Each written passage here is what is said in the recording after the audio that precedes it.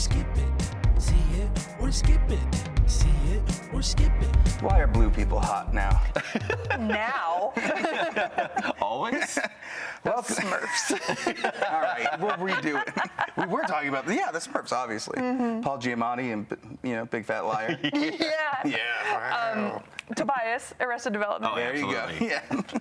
Welcome to a new Cedar Skip It. We're going to be talking about blue people. James Cameron's got them all for us. Plus, we're going to be talking about a new Paul Feig movie. We got Sydney Sweeney is back on our screens. Let's see if this ends up being a little bit better box office wise. And we've got Welcome to Derry, the finale, which blew everybody away at this area. And I've got two very special guests with me, Kent and Rebecca. Oh, hey. Wow, that's a cool movie. No, it's an I action just figure waved. pose. How are you guys doing? Really good. Good. Yeah? So it's almost Excellent. Christmas, so it's kind of crazy. It's right? in the air, isn't it? Yeah. I'm feeling it. There's too much going on. Also, I'm Yep. so tired because all we're doing is watching screeners for the Oscar picks, which we'll get to at Yeah, some are you point. guys all caught up? Oh, yeah. Ish. I voted today. You We're did? over the Yeah. hump, at least in my opinion. Like Yeah. most of the majority of stuff have closed up. Yeah. We can now just start to relax and enjoy the holidays. And there are so many cool things that people could be watching. So before we jump into that, another big piece of news, a tragic passing of Rob Reiner, Right. a famous director who basically led the 80s with hit after hit after hit. When I found out about the news, I mean, it was just shocking. Like it's one of those Yeah. things that will rock you for the rest of the week, and Absolutely. it did. Yeah, just the way it unfolded was one of those true crime things. You're just like, don't be true, Kind right? of horrific, the rollout of information Absolutely. regarding Yeah. everything. Like, truly horrific. Yeah. Yep. So I don't want to focus too much on that. I want to Absolutely. focus on what's Yeah. so great about this man. And he even had a movie come out this year with His This Is Spinal first Tap. and last movie, This is Spinal Tap. That was his first as well. I think so. Oh wow. And now I'm like, That's, is it? yeah. That's- I wouldn't be honestly, able to the roll back. return to form with Spinal Tap 2 was like, it was so nice to see him do that again. A right? very rare legacy sequel that Yeah. still is great and improves on. It's no Zoolander 2, you know. Like, Thank you. yeah. Let's talk about some of our favorite movies of his. Obviously, The Princess Bride. That's number one. That's my Right. go-to. I watched it for the first time this year. Really? I understand why it's a classic. Okay, Yeah. so for the first time recently, like Yeah. there's not the nostalgia vibes, but it's still great for you. I mean, there's kind of the nostalgia vibes because Yeah. it exists in the zeitgeist, right? So Yeah. I knew most of the movie just by existing. Right. But watching it, I was like, yeah, I see. Like, there are those movies that you understand why they're canon. Yeah. And then you finish it, you're like, yeah, that obviously, that makes sense. Yeah. It's like Monty Python. It's one of those that's going to be endlessly quotable for time and all eternity. Sure. It will forever be a staple, but there's so many others that he done. Kent, is there anything Obviously, that come to Spinal Tap. It's one that I watched at a younger age and I didn't get. Formative. Yeah. It's a formative movie for me. And, yeah, and then all of a sudden I caught on to it like when I was like 24. And I was Yeah. like, I get it now. Yeah. Like, this is actually funny. And it introduced me to Christopher Guest movies, which honestly, they all kind of start doing their thing. So it's kind of a pivotal movie, I feel. Like, we wouldn't have The Office without Yeah, Spinal Tap. right. We wouldn't have the mockumentary as it exists Yeah. without Spinal Tap. Yep. Well, and he was not only as a director, but as an actor, he is so great. The dad in New Girl. He had a new girl. He was recently in The Bear also. He's so prolific in what he's done and in helping out other people to get their dreams made too.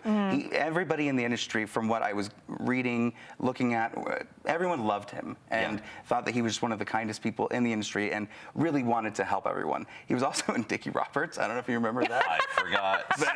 I kind of I loved like that him he in just that did too. jobs sometimes. But also, like, he hadn't acted in a long time, but then he got asked to do a piece in Wolf of Wall Street. And he comes in and just delivers a killer performance in Wolf Yeah. of Wall Street. Jeez. Well, what about A Few Good Men? Yeah, right. Jeffy That's the Goodman. movie I saw for the first time this Okay. year. Whoa. And?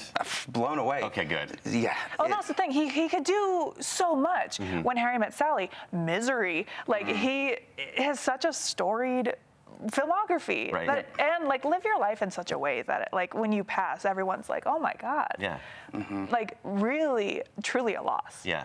So we need to know then what is the favorite of each of us? For me, it is easy to go Princess Bride, so I'm just going to go with that.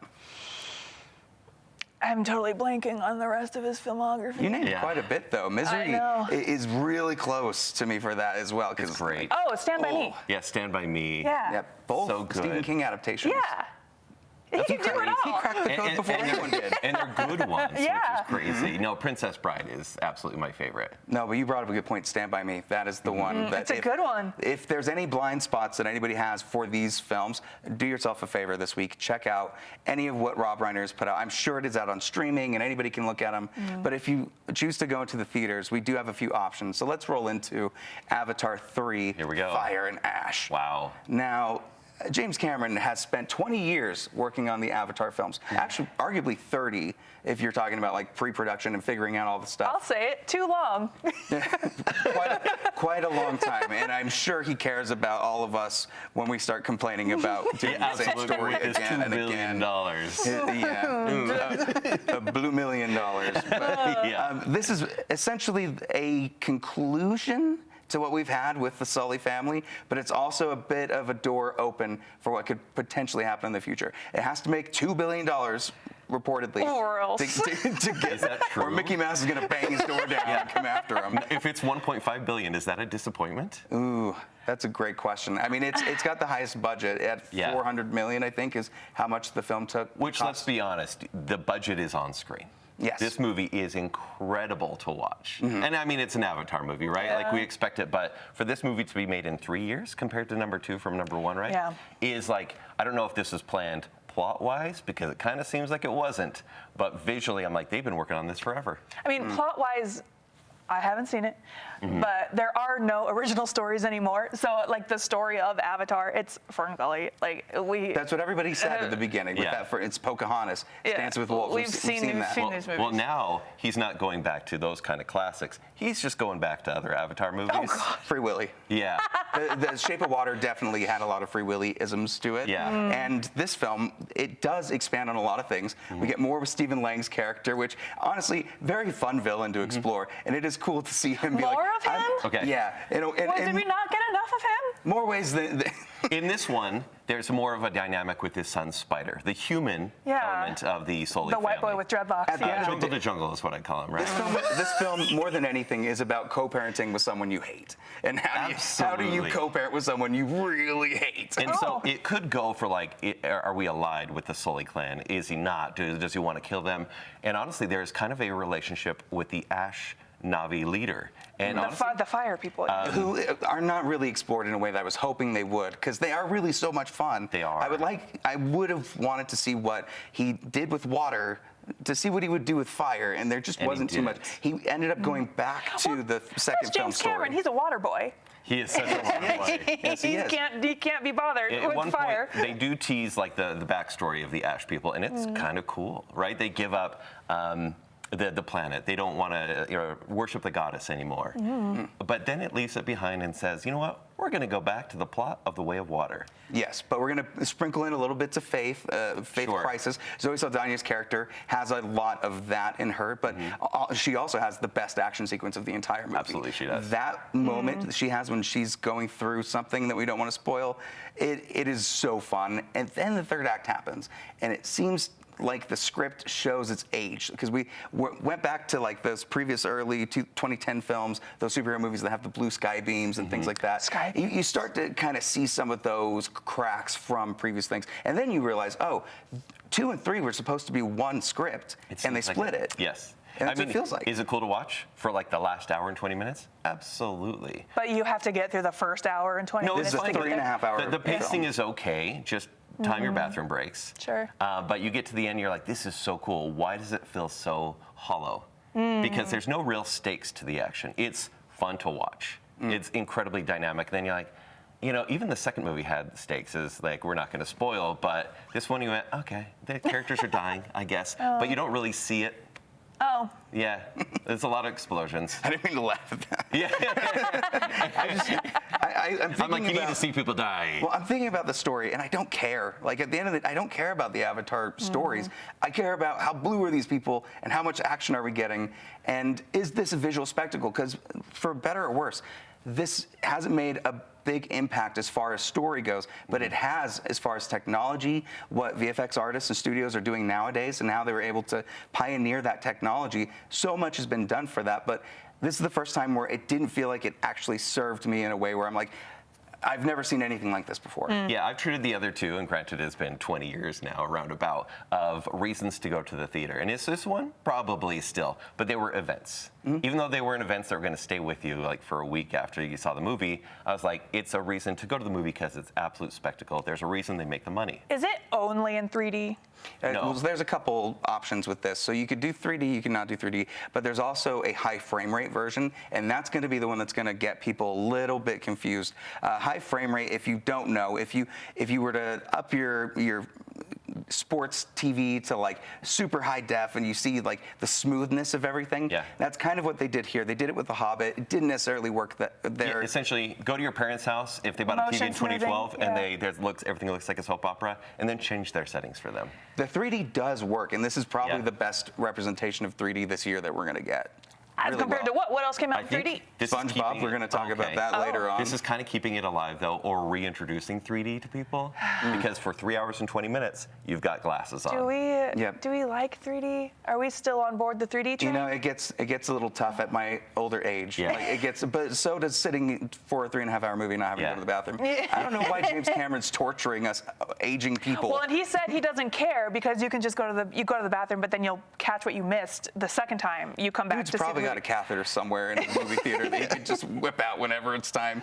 He'd watch whatever 4-hour epic and be happy. So is this the weakest of the trilogy so far? That's a tough one to say because I would prefer to watch only the third movie as opposed to the second. So first and third would be my choice. But if I have to have the second, then third is the weakest because it spends so much time going back to the second, you don't even really need to watch it. That's a bummer. The script isn't good. I'm sure. Anytime Spider speaks, and he's one of the main characters, it's bad. Bummer. He's a wisecracker. Kate Winslet's character goes through quite a bit of interesting things Kate that are Winslet's just there? it's the weirdest side story that doesn't really connect to She me. a Navi? But Yeah.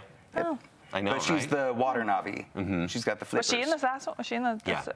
Second one as well. Like she's a side character, but it's strange. Goes to show how much I care about. Well, is this going to be a see it for you? Would you recommend people checking it out? I don't think it's great.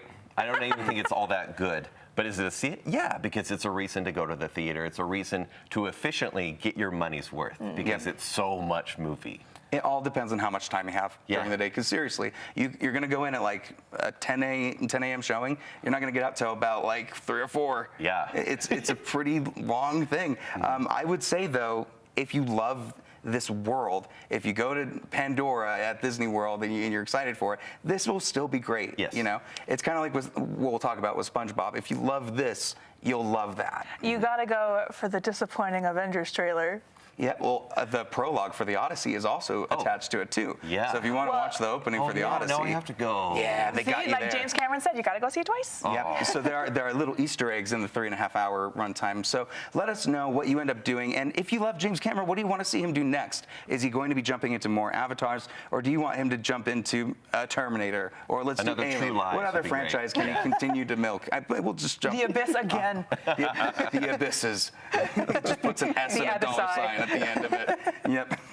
All right. Well, let's move over to this is one. Actually, I'm the only one that's watched this, but I have Tell a me lot all to say. about So this is The Housemaid. This is Amanda Seyfried and Sydney Sweeney. It's a very simple story at the beginning. Amanda Seyfried's got a big couple of weeks. This is her year. Yeah, back to back with this. Right. Funny that it's paired with someone that might have had the worst year. Sure. Yeah. But basically, she's a housemaid for this family. Amanda Seyfried is very unhinged. Like, she will forget something and blame the housemaid. She will accidentally lock her in rooms. Like, there's all kinds of weird stuff going on with that. And you're wondering, like, do you have it out for her? Or, like, are you trying to hurt her in any way? Then the story continues, and it gets cheesier and cheesier. But then you just start accepting it and letting it happen. And I was in a theater full of women just loving this. And I was right involved. I was right with it. I was clapping at the end. There were some really satisfying moments. Does it feel like a 90s thriller? Remember, how they had the Rocks the Cradle remake try to like reintroduce that and didn't at all? Does it feel like fun like that? Yeah, well, a bit more elevated, I would say. Sure. Like, they So do a bit more. the novel that it's adapted from, it's one of those, like, you pick it up at the airport. Yeah. And, Right. like, all of these, like, types of thrillers, they kind of are all the same eventually. But Paul Feig is really good at adapting this particular type of book. Making it feel sharp. Yes. Making it feel sharp. Yeah. Good like making movies for women, he's really good at that. Suspense mystery thrillers. Yeah. That is his vibe. And a lot of people talk to me about this book and how much they're looking forward to this movie. People love this book. I think that's where you're going to get, that's probably who was all there. It was shocking to walk in and go, this is not the Avatar screening, is it? Because this is a packed house women for love people these watching books. this. Yeah. So I definitely would recommend it. I ended up having a really fun time. It's a bit cheesy, but that's what it's going for. Good date night movie? A good date night movie. Definitely don't bring kids or anybody. Yeah. I heard somebody was bringing their kid, and I went, rethink all of that. Let's get you an Avatar or something. Change that. But still very fun. So it's a see it for me. Awesome. But also we have SpongeBob SquarePants. Did you love it? Did neither of you see that either? No, I didn't see that Why would I go to see Why are you putting that SpongeBob? evil on me, Bobby? Hey, thanks for doing the work for us, Patrick. I guess apparently. All that heavy lifting. So much heavy lifting with my big boy pants. And that is from the movie. I'm not being weird. Okay. He's a big boy now. He gets taller, SpongeBob, right? So now he can ride roller coasters and he can do all the things. This was written by one of the original writers of like the first 3 seasons of SpongeBob. So there's a lot of familiarity to like when I was watching it as a kid and seeing some of those jokes kind of like, oh, this works. But the animation is horrifying. This is the 3D animation style that they're choosing to do instead of the 2D hand-drawn stuff that they were doing with Nickelodeon. Whoa, it really messes with me. I did not like it. So that's like a choice. That's not like he enters the new world and he becomes that animation Yeah, it's not style. like that episode of The Simpsons. Right. where- He's But it almost looks that. just like it. That's the bad. problem. They just look way too 3D, and the movement's a little bit too children's TV show. We don't have that much of budget, so we're gonna make this work. I don't know. It just didn't necessarily have the human touch that I was hoping for. Are the visuals too distracting? Yeah. That you miss everything else? But anytime that you get too distracted with that, they'll throw in a butt joke, and you're totally fine. Or a fart joke. It's the crudest humor, probably of this year. Like even the Smurfs was a little bit better at like not just going straight for a fart joke or a butt joke. Yeah. This one has a violent amount of butt jokes. Is it for kids? Or is it for adults that watch Who else would it be for? Kids. Patrick, it's for that watch. kids, but it's also it's also got to be kids with a really fun sense of toilet humor. Okay. And parents that are okay with that. But Yeah. if you don't want that, if you want something more nuanced, you're gonna have to go somewhere else. But if you love SpongeBob, same with Avatar, you're still going to love it. Like critic proof in that case. Sure. Just for this old head, I'm not a fan of this 3D animation they're doing. Bring for the back new old SpongeBob. And I'm not your target demo, and I won't be buying it on Blu-ray, but still, cater to me. That's how it feels. Like, Yeah, the sure. more I complain about SpongeBob, the more like, what am I doing? Yeah. What are we doing here? Yeah. I will say, everybody in the theater was laughing. Oh, I'm sure. Mark Hamill's still great. Always. I love him as a pirate. Why not? Yeah. A little bit of Joker in there. It totally works for me. Nice. That being said, definitely one that I'm going to forget it next week. Sure. I don't even remember the name of it. I don't remember the ending name. Oh, it was like Sponge Search for on the- Pants. Search for Pants, Sponge on Who the knows? Run. Something. It's like the 20th SpongeBob movie. SpongeBob Fire and Ash. Something I'd watch that. Yeah, that would be interesting. probably 3.5 water hour people. epic. All right, well, that being said, let's move over to Leo, who has a ton of physical media that he wants to talk about. It is time for the disc drop. Hello everyone, welcome back to the Disc Drop. I'm Leo and I'm here to tell you everything that's new on physical media this week. And oh boy, there's so much this week. It's right before Christmas, so we got a lot of things coming out. So let's just get right into it and do a speed run with it. From Sony Pictures, for the first time on 4K, we have Anaconda from 1997. This is such a beautiful steelbook. It's available now. Make sure to get yourself a copy. From Kino Lorber, we have Death Wish Collection. All 5 movies on Blu-ray. Make sure to go get yourself a copy. It's available now. Also from Kino Lorber, we have the Ninja Trilogy. This is the first time it comes to 4K, and it's available now on KinoLorber.com. From Lionsgate Limited, we have Dogma. For the first time on 4K, every collector wants this in their collection. This is available now on LionsgateLimited.com. We also have Battle Royale, this beautiful steelbook on Lionsgate Limited. Guys, they're bringing out banger after banger. This is available now. Make sure to get yourself a copy. From Lionsgate Limited, we have American Psycho uncut version. This comes in a beautiful case. I love this so much. It's available now on LionsgateLimited.com. From Universal Pictures, we have Yardhead for the first time on 4K. Such a beautiful steelbook. Make sure to get yourself a copy. It's available now. Also from Universal Pictures, we have The Blues Brothers on 4K with this awesome steelbook. Make sure to get yourself a copy. It's available now. From Arrow Video, for the first time on 4K, Teenage Mutant Ninja Turtles trilogy, all 3 movies on 4K, and it's loaded with special features, so this is a must-have in your collection. So go get yourself a copy at arrowvideo.com. From Sony Pictures, we have A Big, Bold, Beautiful Journey. This is out December 23rd on Blu-ray, so make sure to get yourself a copy. From Universal Pictures, we had The Black Phone 2. This is available next week, December 23rd, but it's such a beautiful steelbook. Make sure to get yourself a copy. It's just in time for the holidays. And last one from Universal Pictures, we have Bugonia. Hopefully I said that right, but this is available next week, December 23rd. It's also a beautiful steelbook, so make sure to get yourself a copy next week. Well, guys, that's my time for this week. Thank you guys for tuning in. See it or skip it. Thank you for having me, and I'll see you guys next time on the This Drop.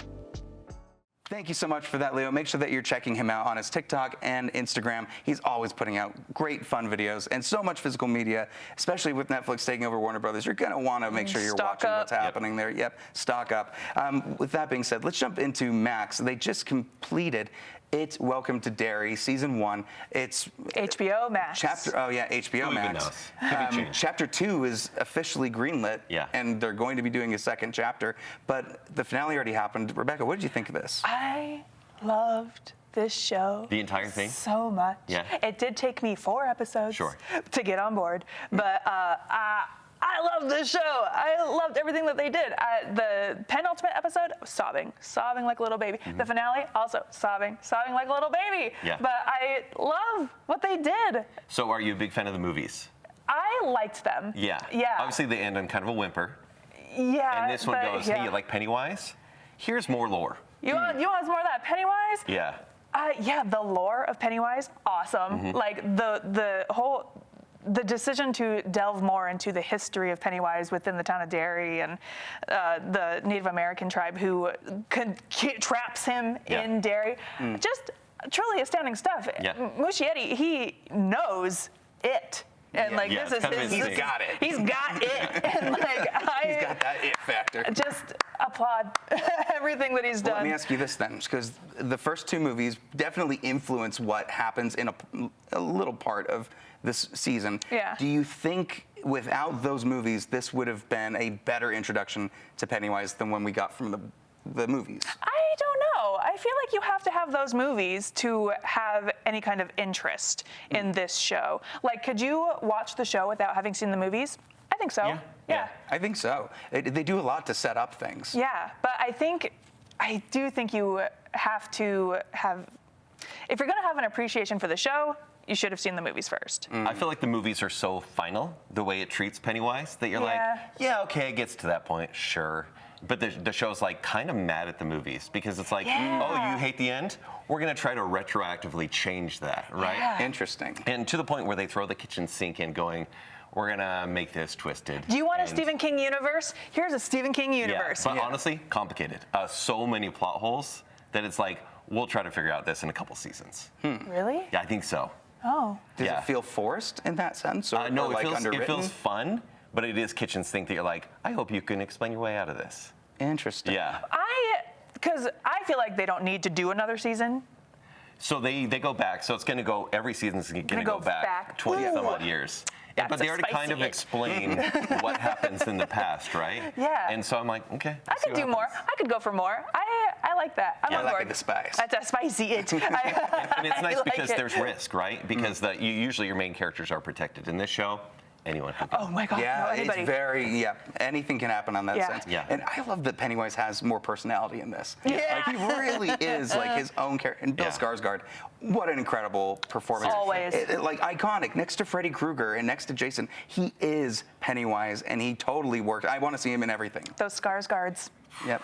I think it is so disappointing that genre shows and kids get looked over when it comes to award season, because this show putting out award-worthy performances for me. Yeah, absolutely. Yep. So this is a see it from all of us. To see it. Yeah, if you like really super duper scary like Merry stuff. Christmas, here's what Being very afraid. Yeah. This is going to be the one for you. Krampus or this? Oh, Krampus is so good. I love Krampus. Yeah. Krampus is very fun. All right, let's jump over to, finally, Is This Thing On? Now, this is not out right now in Utah. It will be out on January 9th, I believe. I hate how they do that. Yeah, Like it's it's a a limited Christmas release. release, But either way, like, we have some pretty fun stuff with this. This is a story about a couple learning to re-love each other in a different way. How does a relationship evolve the older you get? What things change, what things don't? And are you looking back at those points to make sure that you got your side of the street clean, basically. Yeah. Will Arnett plays a dad that decides, you know what, I'm just going to start stand-up comedy. Well, he doesn't really decide.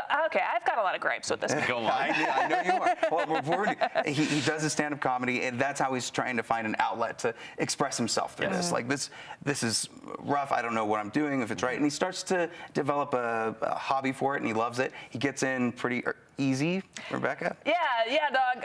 So as someone who has done stand-up in New York City, you don't just walk into the Comedy Cellar and decide, I think I could do a type 5. You don't just like write your name down and volunteer? Well, I mean, You can do that, You but can't. There's open unlikely. mics. Okay. But like the Comedy Cellar, that's like Yeah. That is peak. that's Right. like that's up there. Like, Do you think they maybe- use the Comedy Cellar because it's recognizable? Yeah, Okay. absolutely. But I mean, maybe it's because he's a white guy, right? Like, you Sure. could just walk in and be good at it, and everybody loves it. Not been my And experience. he's not very good at it. He's okay. He He's gets okay. Working on it. It's a Yeah. lot of like self-deprecating stuff and just my life's bad, and then a couple giggles. It's just a lot of failing upwards, Yeah. which okay. that part aside, right? Yeah. I still think the relationship between him and Laura Dern is really great. I love what they did with their whole marriage about how, you Mm-hmm. know, they are separated, they're taking some time apart. He's moved into his own apartment in Midtown, essentially, and they find their way back to each other. And honestly, it could go for so many contrivances, right? Like, oh no, my wife is at the stand-up act that I'm doing. It's like, oh, this is such a movie thing. And then the way it turns out, I'm like, that felt original. It felt fresh. It did feel like a subversion of your typical couple is separating. Isn't this crazy? movie. Yeah. Oh, They how do we actually get along? explore it in a way that feels real and lived in, and Yeah. that is what's so great. So definitely make sure that you check that out. We'll be talking about it again in a couple weeks, but right now the reason we have it is because we got to speak with Laura Dern and Will Arnett about their roles, and maybe a couple questions about if they had one of their favorite actors go and do stand-up, what would that look like for them? That about does it for this episode 2. This is part 1. We're going to be doing part 2 right after this. So with that being said, take a look. I want to start with kind of a fun question. The film is centered around comedy, amongst other things, but if the two of you could start your own open mic night just for fellow actors, Will, what would you call that? And Laura, who would you want in? I'd call it I'd call it peeling the onion. I don't know. You know, And I don't know why I just thought of Scotty, but I think Scotty Eisnogel, he's- Sean's husband. He's yeah, very funny. I want to see him do stand up because Yeah. he's such a great actor. He is a great actor. Too. I mean, obviously, we know him as a musician. We know him as a composer, but Yeah. Jesus, he was so I'd like great. to see Sean Hayes do it too. Yeah, Sean Hayes would be good to see do it. they'll both be there. The film is about you two learning how to love each other differently. What did you each discover about how love can evolve when the shape of a relationship changes? Well, I mean, we've talked about this idea that the shape of the relationship changes based on we all are affected, we all change, and we're not shapeshifters, but the shape of us changes as we move through life and as we age, and if we kind of stop. If we stop communicating and we stop understanding and stop really listening to who we are, we can become stuck in some kind of old story.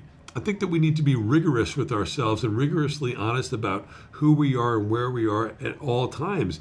And look at our roles in stuff. And look at our side of the street. And if we're not doing that, then it's a recipe for disaster.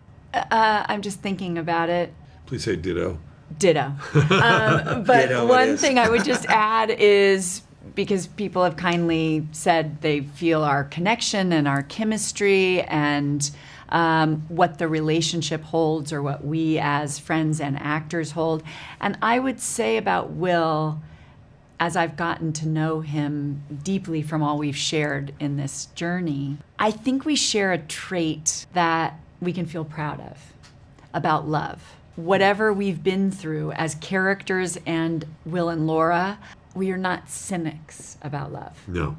And that's a real blessing. Yeah. And I think whatever we've been through and whatever Tess and Alex have been through, there's a hopefulness in our belief in it that we got to learn from each other about and share. And that was a real very cool blessing to discover. Yeah. Both of you are incredible. Thank you so much for giving me the time, and I can't wait for people to check this movie out. Thank you. Thank you. Thanks so much.